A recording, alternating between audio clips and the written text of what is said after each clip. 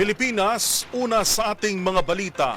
Patay ang 73 anyos na American national matapos pagbabarilin ng hindi pa nakikilalang mga sospek sa loob ng kanyang bahay sa Sibulan, Negros Occidental o Oriental. Ayon sa investigasyon, nasugatan din ang isang Pilipinang kasama niya matapos pasukin ng mga armadong suspek ang kanilang tinutuluyan.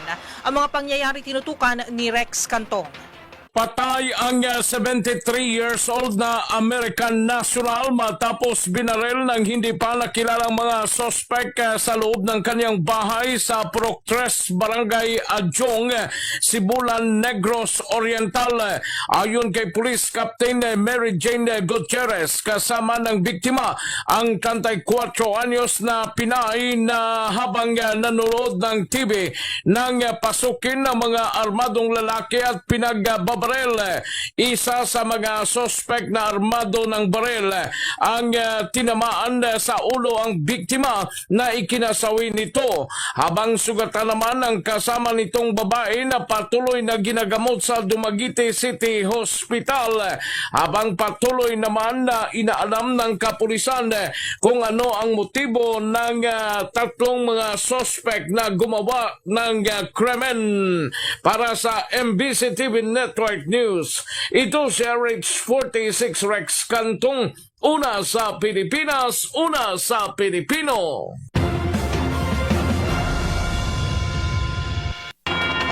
Isang 7 taong gulang na estudyante naman ang nasawi matapos mabangga ng isang pick-up truck habang tumatawid sa pedestrian lane sa Santa Fe sa Leyte. Magbabalita si Jimmy Angay-Angay.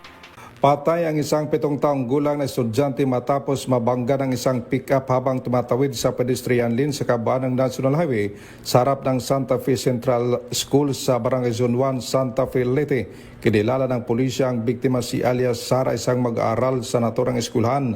Ayon sa paunang investigasyon ng PNP, ang Toyota Hilux minamaniho ng isang 36 anyos negosyante mula sa Paranal Samar papuntang direksyon sa bayan ng Alang Leyte nang aksidente mabanggang bata habang tumatawid sa itinakdang pedestrian lane. Agad naman rumisponde ang mga pulis at MDREM o personnel at tinakbo ang biktima sa Ace Hospital sa Tacloban City, ngunit kalaunay diniklara na nasawi dahil sa tinamang pinsala. Samantala, kusang loob naman sumuko sa Santa Fe Municipal Police Station ang driver ng pick-up na nasa kustodiya na rin ng polisyang sasakyan habang nagpapatuloy ang investigasyon upang matukoy ang pananagutan sa insidente. Mula dito sa DYVL Action Radio Tacloban, ito si R32 Jimmy Angay-Angay para sa DZRH, una sa Pilipinas, una sa Pilipino.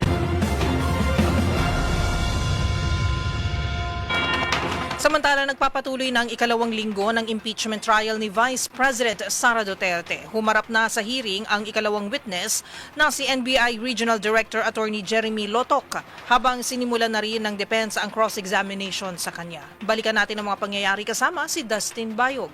Seryoso at totoo. Ito ang pagbibigay turing ni NBI Regional Director Attorney Jeremy Lotok sa naging pagbabanta umano ni Vice President Sara Duterte sa pagsalang nito bilang ikalawang witness sa impeachment trial. Pero sa pagsalang naman ito sa cross-examination, naharapan testigo sa usapin ng teknikalidad at inconsistency sa mga nilatag na dokumento.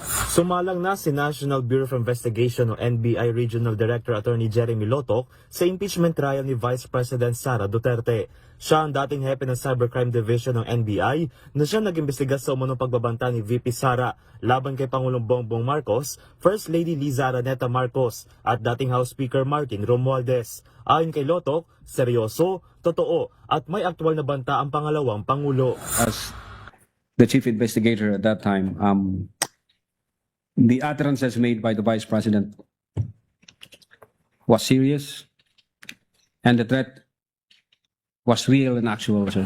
What made you say that the respondent was both serious and real when she uttered those threats? The Vice President was furious and fuming mad when she uttered those. Could you repeat it? Furious and? And fuming mad, sir.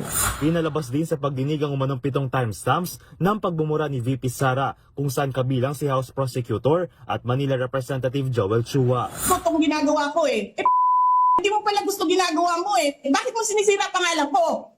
Joel Chua. Ninyong lahat, Martin Romualdez, Lisa Marcos, Bongbong Marcos.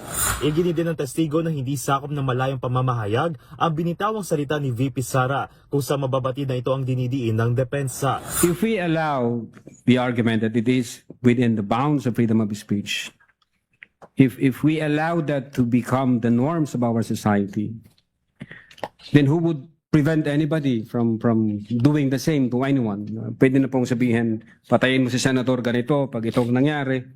Patayin mo si Congressman ganito pag ganito ang nangyari. Patayin mo si Justice ganito pag ganito ang nangyari.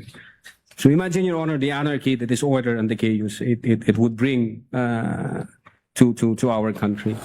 Sa uli, ayon kay Lotok, sapat ang mga inilatag na ebidensya upang masabing may kaso ng grave threats at inciting to sedition ng pangalawang Pangulo.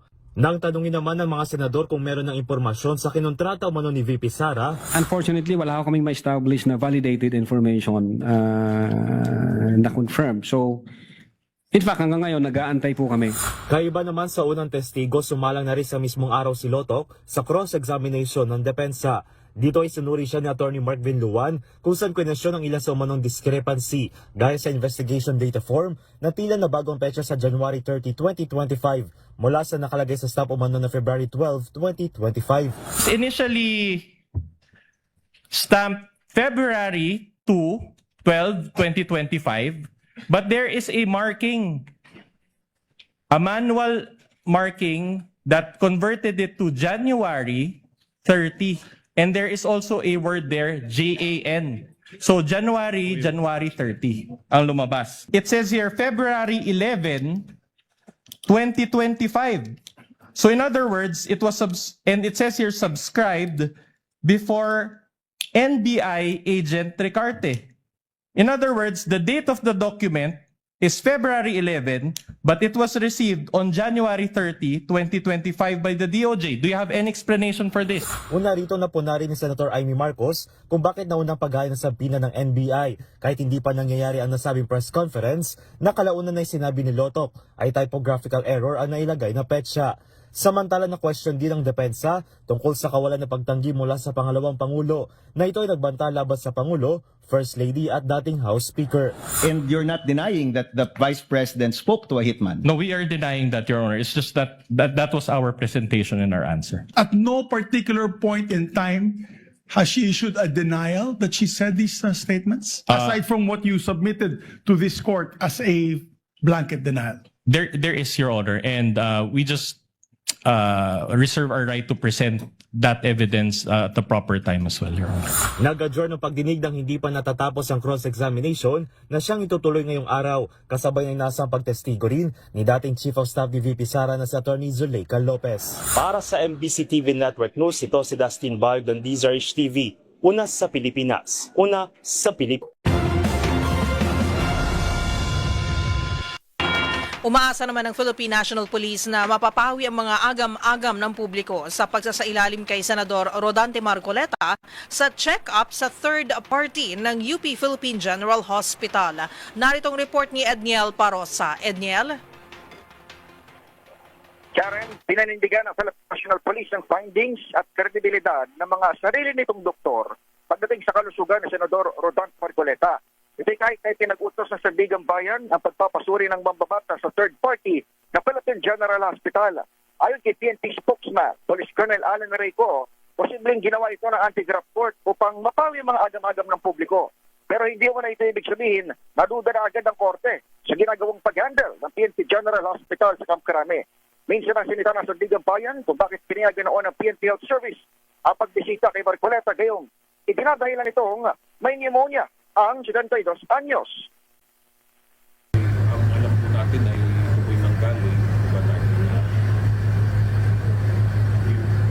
Sandigang Bayan 1 sa third party na evaluation po ng health condition niya.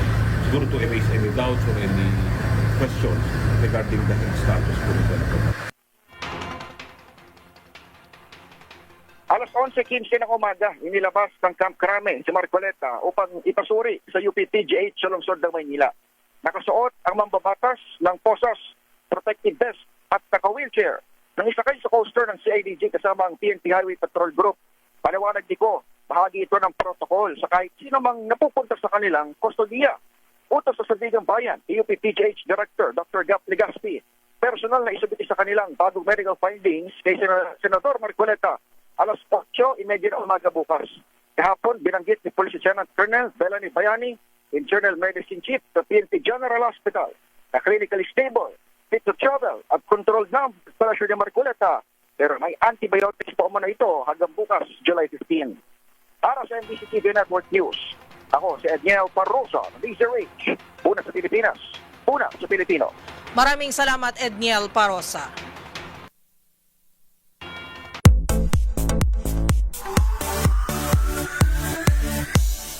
Sa mundo naman ng pageant, opisyal nang ipinakilala ang mga kandidatang magtatagisan ng ganda, galing at talino sa Reyna Filipinas. At kung Korean o pa naman ang pag-uusapan, taas kamayan ng mga sumubaybay sa Goblin dahil ang bidang si Gong Yoo may fan meet sa Pinas. Narito ang report ni Showbiz Angel. Nagpakita ang gilas ang 21 kandidata ng Reyna Filipinas sa idinaos na welcome event at sashing ceremony. Kabilang sa mga makikipagpuksaan ay si Miss Eco International 2025 Alexi Brooks, Binibining Pilipinas International 2023 Angelica Lopez, gayon din ang Viva Max artist na si Sahara Bernales. Nakatakdang ganapin ang Coronation Night sa August 7 at ang magwawagi magiging pambato ng Pilipinas sa Miss Grand International at MGI All-Stars. Samantala sa ibang balita, dadalhin sa Pinas ng South Korean superstar na si Gong Yoo ang kanyang The Long Take Fan Meeting Tour. Kalakip na kanunsyo ang isang handwritten letter mula sa Goblin Star na labis ang pasalamat sa birthday greetings at matinding suporta ng fans sa loob ng maraming taon. Maliban sa Pinas, bibisita rin ito sa Indonesia, Japan, Thailand at Macau.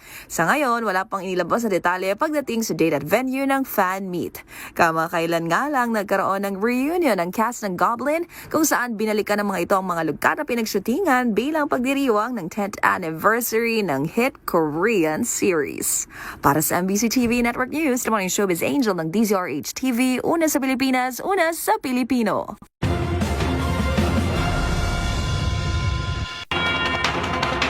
At yan po ang mga balitang aming nakalap ngayong araw ng Martes. Ito po si Yuel Reyes. At ako naman po si Karen Oyong. Magkita-kita tayong muli bukas para sa mga balitang makabuluhan, mga kwentong makapangyarihan. Hatid pa rin ang boses ng Pilipino para sa Pilipino. Ito po ang MBC TV Network News. Una sa Pilipinas, una sa Pilipino.